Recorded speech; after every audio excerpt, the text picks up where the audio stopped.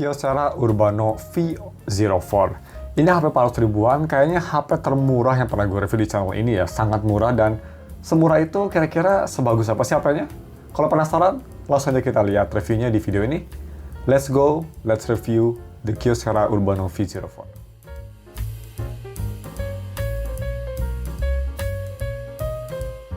Halo guys, nama gue dari StefTech dan langsung aja kita review si Kyocera Urbano V04. Gue nggak bakal reviewnya se-in-depth kayak HP lainnya karena ya ini kan HP murah jadi nggak bisa banyak juga in-depth ya. Pertama kita bahas dulu aja untuk harga dan spek ya. Untuk harga ini gue beli di harga 450.000 untuk yang shadow tipis dan wifi only. Kalau misalnya kalian mau beli HP ini gue bakal taruh linknya di deskripsi. Jadi kalau misalnya kalian ingin wallpaper yang ada di HP ini gue juga udah taruh link wallpaper di deskripsi. Untuk harga segitu sih memang cukup murah ya. Dan speknya juga bisa kita lihat. Ini nih speknya di B-roll dan dia itu pakai Snapdragon 630, layar 5,7 inci TFT, ada NFC, ada fingerprint. Ya speknya sih kelihatannya lumayan oke ya untuk harganya. Dan bagaimana untuk desain dan displaynya? Pertama untuk desain sendiri sih, Kyocera desainnya ya kayak HP Jepang banget ya. Desain belakang tuh kayak HP apa ya? Kayak HP Fujitsu, gitu-gitu sama Fujitsu, ada fingerprintnya. Tapi gue sih suka desain kayak gini. Kayak elegan bapak-bapak gitu ya desainnya. Desain depannya pastinya HP tua, jadi memang bezelnya masih tebal banget atas bawah. Coba ada tulisan Urbano di bawah, simple. Dan HP ini juga ada headphone jack di atas. Untuk build sih ini kayaknya feelingnya kayak terbuat dari metal ya semua. Gue lupa lagi, tapi feelingnya ini kayak metal loh. Dan gue lumayan suka sih untuk desain kayak sampingnya gitu. Kayak nih power button dan volume buttonnya terpisah gini cukup oke sih. Layarnya juga surprisingly untuk harga 400.000 cukup bagus, IPS LCD-nya buat nonton film gitu ya, warnanya oke, enak dilihat, view angle biasa aja, tapi overall untuk harganya ya biasa aja lah, cukup oke. Dan bagaimana untuk visibilitas di bawah sinar matahari? Cukup oke kalau misal gelap, kalau misal mendung, tapi kalau misal terang yang pastinya bakal susah kelihatan. Overall sih visibilitas di bawah sinar matahari ya biasa aja lah. Ini sih HP kayak HP entry level cuma harganya 400 ribuan. Kayak HP 1 jutaan zaman sekarang lah ini performance-nya. Dan untuk haptic sendiri, ya ini hapticnya sangat murahan banget, low banget, dan sangat suaranya tuh benar-benar suara cheap banget ya, jadi nggak ada bagusnya di situ. Dan untuk keyboard sendiri, dia sebenarnya cukup oke, nggak ada sensitivity issue, tapi dia gara-gara agak nge-lag, jadi kayak nge-lag keyboardnya. Padahal dia itu emang chipsetnya aja, bukan masalah layarnya sih. Terus bagaimana untuk kualitas fingerprintnya? Fingerprintnya cukup oke. Fingerprintnya ada di belakang, posisi favorit gue, dan kecepatannya bukannya paling cepat, tapi at least dia nge-scan-nya nggak pernah ada masalah sih. Jadi no problem untuk fingerprint, cukup bagus malah. Dan bagaimana untuk speakernya? Pertama kita tes untuk audionya, gue udah tes untuk audio headphone jack, cukup oke. Posisi di atas gue agak kurang suka, tapi cukup oke lah.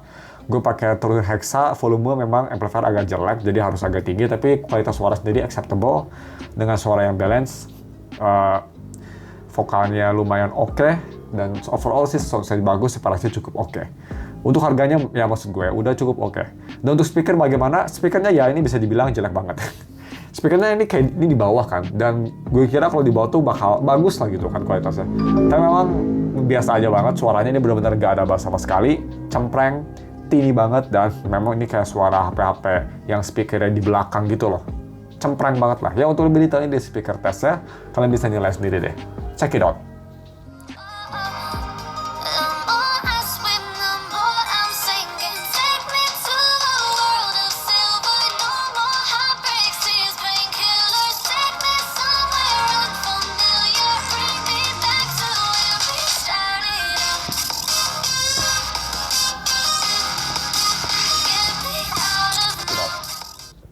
Dan untuk kamera quality, ini kita cepet aja, dia hanya single kamera di belakang 16 megapiksel dan hanya bisa nge-record di 1080p, itu juga di core-nya nggak tahu kenapa nge-lag. Dan untuk kamera depan ini di 8 megapiksel. Untuk kualitas kamera ini bisa dilihat oke aja sih, untuk fotonya ya oke lah, kayak HP 1 jutaan 3 tahun yang lalu ya, kualitasnya masih oke lah, tapi menurut gue masih cukup oke. Tapi ini khas HP murah dengan kamera jelek, kontrasnya benar-benar terlalu over kontras jadi gelap, dan dynamic range-nya pretty much jelek menurut gue. Selfie tapi sebenarnya cukup oke, masih bisa nangkep subjek muka gue walaupun di belakangnya sinar matahari, tapi selain itu sih biasa aja. Dan untuk video recordingnya ini langsung cek aja sendiri, kalau di viewfinder pas gue nge-record itu gue nge-record di 1080p 30 fps itu maksimumnya, dan pas gue nge-record di viewfinder kelihatannya kayak nge-lag gitu. Gue nggak tahu hasilnya gimana, tapi kayaknya hasilnya gue bisa jamin FPS-nya nggak bakal smooth 30 sih kayaknya. Tapi ya, ini dia sampel tesnya, check it out. Yap.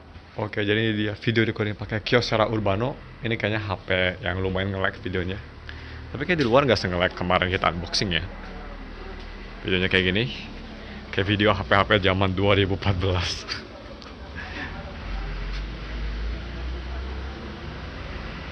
Dan ya kayak gini kualitasnya, choppy dan lagi ya wajar lah ya. HP 400 ribuan. Langsung kita ke gaming yang ya lumayan oke lah. Yap, memang HP 400 ribu semuanya tuh kayak bener-bener apa adanya ya. Sama juga untuk gaming ya. Untuk gaming sih gue nggak berani kayak install Wuthering Wave karena ini HP murah bisa meledak, ini HP bisa hilang di muka bumi kalau misalnya kita main Wuthering Wave. Tapi gue coba main game yang agak berat tapi nggak berat banget, yaitu Bandori. Dan bisa kita lihat Bandori kalau misalnya pakai 3D cut-in atau 3D stage kayak gitu, wow, lumayan nge-lag ya, nge-lag banget malah. Nggak stutter, cuma memang FPS-nya sangat rendah, itu kayak berapa, 15-20 FPS. Unplayable untuk lagu tinggi. Untuk lagu easy, medium oke, tapi high atau expert, no fucking chance though. Nggak mungkin.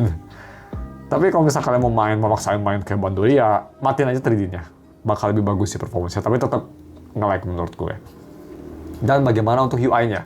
Untuk UI ini bisa sampai Android 10, itu salah satu positif ya. Jadi lumayan baru ya, bisa sampai Android 10 untuk HP 400 ribuan, lumayan baru itu. Sama kayak P30 Pro ya. Dan overall UI untuk performanya sendiri ya, untuk harganya sih melebihi ekspektasi gue. Kayak HP 1 jutaan zaman sekarang lah, kayak HP-nya Xiaomi versi C atau versi A3 gitu loh. Lumayan oke, lumayan cepet, tapi memang bisa kita lihat butuh waktu lah ya. Tapi kalau udah loading sih acceptable speed-nya. Dan untuk baterainya gimana? Oke. Untuk baterai ini menurut gue salah satu yang dog shit ya. Karena ini baterai memang kecil, tapi kayaknya ini unit gue udah lumayan lama, jadi baterai agak lumayan boros. Gak bisa tahan sehari yang pastinya, kalau misalnya kalian pakai sebagai actual HP utama, hanya bisa tahan mungkin kayak, ya 3-4 hari maksimal baterai nol.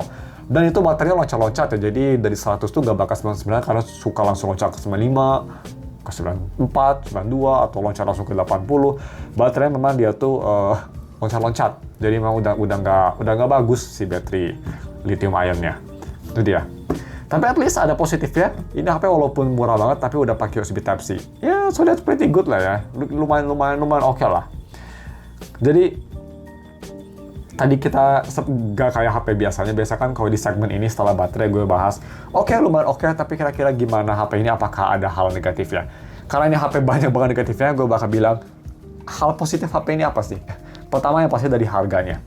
Value harganya hanya 400 ribu untuk yang Wi-Fi only. Menurut gue sih ini lumayan oke untuk menjadi HP kedua ya. Jika kalian HP kedua, install WhatsApp, tinggal di tethering, terus atau minta tethering atau ke Starbucks itu sebagai HP cadangan, emergency phone, telepon atau 911, like something like that. Dan kedua, ini yaitu dari MP3. Mungkin ini cocok untuk MP3 karena dia ada iPhone jack, dan kualitas iPhone jack-nya lumayan decent di harganya. Lumayan bagus di harganya. Dan yang ketiga, ini layarnya menurut gue cukup bagus di harganya. Dan yang keempat, utility-nya lumayan komplit. Tadi seperti gue bilang, udah ada headphone jack, ada USB Type-C, ada fingerprint, dan ada NFC juga. Jadi kalau misalnya kalian mungkin pakai HP ini untuk GTO reader for some reason, masih oke lah. Tapi selain itu menurut gue, HP ini sisanya bisa dibilang dog shit semua. Tapi wajar banget ya, karena harganya 400 ribu dan ya gue nggak bisa banyak kayak, oh ini HP kok lemot.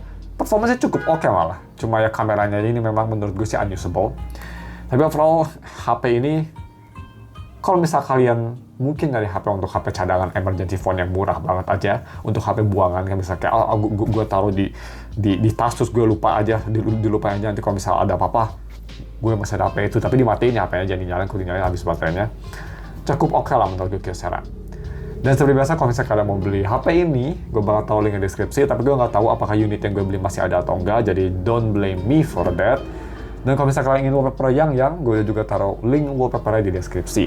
Coba segitu videonya, ini sangat singkat banget karena memang nothing to explain to be honest, right? Thanks for watching, jangan lupa kalian subscribe. Kalau misalnya kalian punya saran gue mau review HP apa lainnya bisa komen di bawah, and I'll see you next week.